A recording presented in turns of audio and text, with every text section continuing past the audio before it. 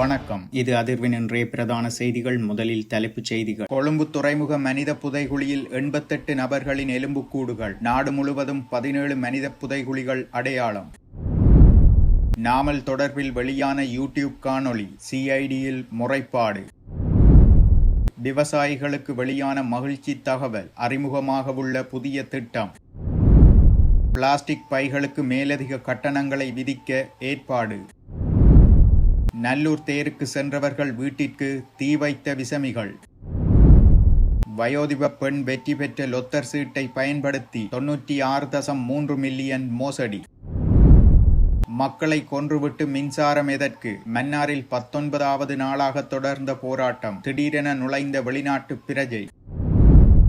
அதிகரிக்கும் வெப்பநிலை, மக்களுக்கு விடுக்கப்பட்ட எச்சரிக்கை. செய்திகளை உடனுக்குடன் அறிந்து கொள்ள அதிர்வு சேனலை லைக் மற்றும் சப்ஸ்கிரைப் செய்து கொள்ளுங்கள். இனி தொடர்பென விரிவான செய்திகள். கொழும்பு துறைமுக வளாகத்தில் கண்டுபிடிக்கப்பட்ட ஒரு பாரிய புதைகுழியில் மேற்கொள்ளப்பட்ட அகழ்வாராய்ச்சியில் குறைந்தது 88 நபர்களின் எலும்புக்கூடுகள் கண்டுபிடிக்கப்பட்டுள்ளதாக அதிகாரிகள் உறுதிப்படுத்தியுள்ளனர். புதிய உயர்த்தப்பட்ட அதிவேக நெடுஞ்சாலைக்கான கட்டுமான பணிகளின் போதே ஜூலை 2024 முதலில் இந்த புதைகுழி கண்டுபிடிக்கப்பட்டது. இதற்கமைய கொழும்பு மேலதிக நீதவான் கசுன் காஞ்சன திசாநாயக்கவின் மேற்பார்வையின் கீழ் மூத்த பேராசிரியர் ராஜ் சோமதேவா வழங்கிய தொல்பொருள் நிபுணத்துவத்துடன் குறித்த அகழ்வாராய்ச்சிகள் மேற்கொள்ளப்பட்டன. இதன்படி இலங்கையில் இதுவரை நாடு முழுவதும் 17 மனித புதைகுழிகள் அடையாளம் காணப்பட்டுள்ளதாக நீதியமைச்சர் ஹர்ஷன நாணயக்கார சமீபத்தில் தெரிவித்திருந்தார். இலங்கையில் பல மனித புதைகுழிகள் அடையாளம் காணப்பட்டுள்ள நிலையில் கொழும்பின் பிரதான பகுதியும் அதிஉயர் பாதுகாப்பு வலயமுமான பகுதியில் கண்டுபிடிக்கப்பட்ட மனித புதைகுழியாக கொழும்பு துறைமுக புதைகுழி காணப்படுகிறது. கடந்த 2024 ஜூலை மாதம் 13ஆம் திகதி கொழும்பு துறைமுகத்திற்குள் செல்லும் இங்குரு கடை சந்தியில் இருந்து நிர்மாணிக்கப்படும் வீதி அபிவிருத்தி பணிகளுக்காக இடம்பெற்ற அகழ்வு நடவடிக்கைகளின் போதே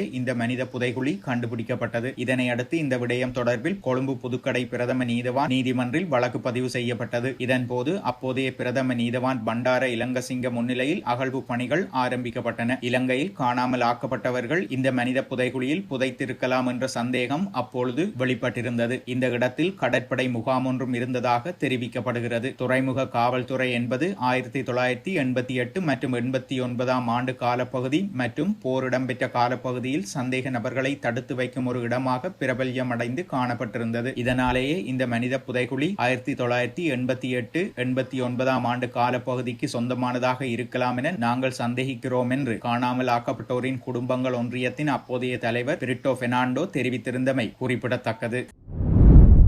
நல்லூர் ஆலயத்திற்கு அருகிலுள்ள வீடொன்றில் வன்முறை கும்பலினால் தீ வைக்கப்பட்டுள்ளதாக தெரிவிக்கப்படுகிறது. குறித்த சம்பவமானது நேற்று அதிகாலை இடம்பெற்றுள்ளதாக கூறப்படுகிறது. சம்பவம் தொடர்பில் மேலும் தெரிய வருகையில், நல்லூர் ஆலயத்திற்கு 500 மீட்டர் தூரத்தில் உள்ள வீடொன்றில் வசிக்கும் குடும்பத்தினர் நேற்றைய தினம் காலை நல்லூர் தேர் திருவிழாவிற்கு சென்றுள்ளனர். இந்த நிலையில் வீட்டில் யாருமில்லாத நேரம் வீட்டினுள் அத்துமீறி நுழைந்த கும்பல் வீட்டின் வரவேற்பறையில் காணப்பட்ட தளபாடங்களுக்கு தீ வைத்துவிட்டு தப்பி சென்றுள்ளனர். வீட்டிலிருந்து பெரும் புகை வருவதனை அவதானித்த கோயிலுக்கு சென்றவர்கள் மற்றும் அயலவர்களும் இணைந்து தீயினை அணைத்துள்ளனர். இதனை அடுத்து சம்பவத்தை அறிந்து ஆலயத்திற்கு சென்ற வீட்டாரும் வீடு திரும்பிய போது பொருட்கள் எரிந்த நிலையில் காணப்பட்டுள்ளது. மேலும் சம்பவம் தொடர்பில் போலீஸ் நிலையத்தில் முறைப்பாடு செய்யப்பட்டுள்ள நிலையில் போலீசார் விசாரணைகளை ஆரம்பித்துள்ளனர்.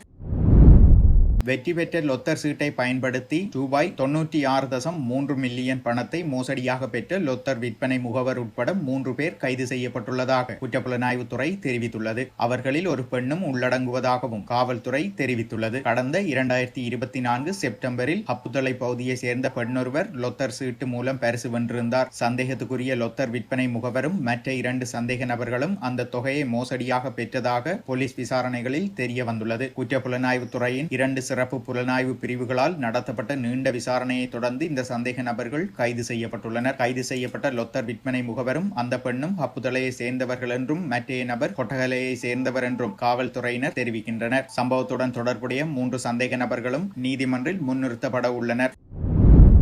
நாடாளுமன்ற உறுப்பினர் நாமல் ராஜபக்ச கொலை திட்டத்தில் ஈடுபட்டதாக கூறும் தவறான சமூக ஊடக செய்திக்கு எதிராக குற்றப்புலனாய்வு திணைக்களத்தில் முறைப்பாடு செய்யப்பட்டுள்ளது. ஸ்ரீலங்கா பொதுஜன பெரமுன உறுப்பினர்கள் குழுவினால் இந்த முறைப்பாடு செய்யப்பட்டது. யூடியூப் செய்தி தளம் ஒன்றின் மூலம் இவ்வாறான தவறான கூற்றுகள் பரப்பப்பட்டுள்ளதாக அவர்கள் தெரிவித்துள்ளனர். ஸ்ரீலங்கா பொதுஜன பெரமுன மீண்டும் அதிகாரத்திற்கு வர உதவும் வகையில் பாதாள உலக தொடர்புகளை பயன்படுத்தி தற்போது தடுப்பு காவலில் உள்ள ஒருவரை கொல்ல நாடாளுமன்ற உறுப்பினர் நாமல் ராஜபக்ச சதி செய்வதாக யூடியூப் செய்தித்தளம் குற்றம் சாட்டியிருந்தது. இந்த ஆதாரமற்ற குற்றச்சாட்டுகளை நாங்கள் திட்டவட்டமாக நிராகரிப்பதாக அவர்கள் தெரிவித்துள்ளனர்.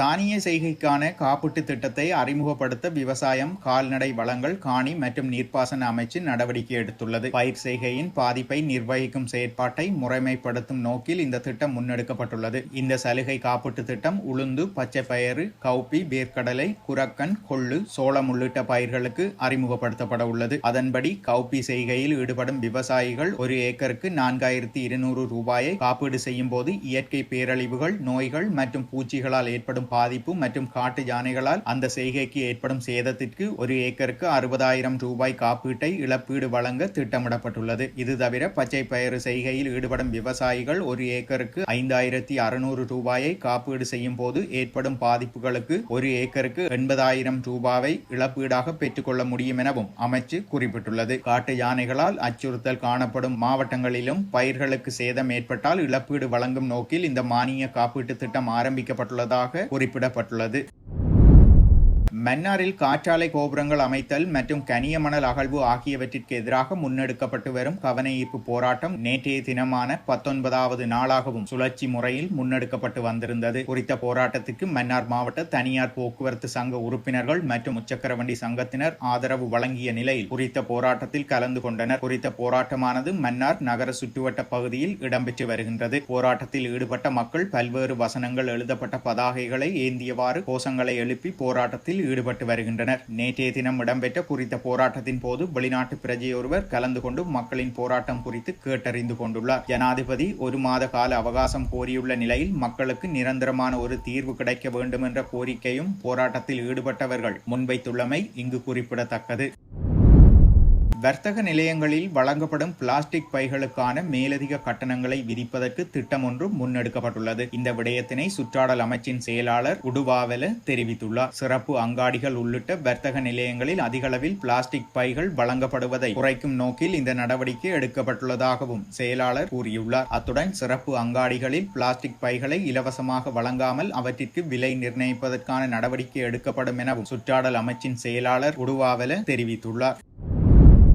நாட்டின் பல பகுதிகளில் 22/8/2025 இன்று வெப்பநிலை அதிகரித்த மட்டத்தில் நிலவக்கூடும் என வளிமண்டலவியல் திணைக்களம் அறிவித்துள்ளது. குறித்த விடயத்தை வளிமண்டலவியல் திணைக்களம் நேற்று பிற்பகல் 3:30 மணிக்கு வெளியிடப்பட்ட அறிக்கையில் குறிப்பிட்டுள்ளது. வடக்கு, வடமத்திய மற்றும் கிழக்கு மாகாணங்கள் மற்றும் ஹம்பாந்தோட்டை மற்றும் மொனராகலை மாவட்டங்களில் உள்ள சில பகுதிகளில் வெப்ப குறியீடானது மனித உடலால் உணரப்படும் எச்சரிக்கை மட்டத்தில் காணப்படும் என வளிமண்டலவியல் திணைக்களம் தெரிவித்துள்ளது.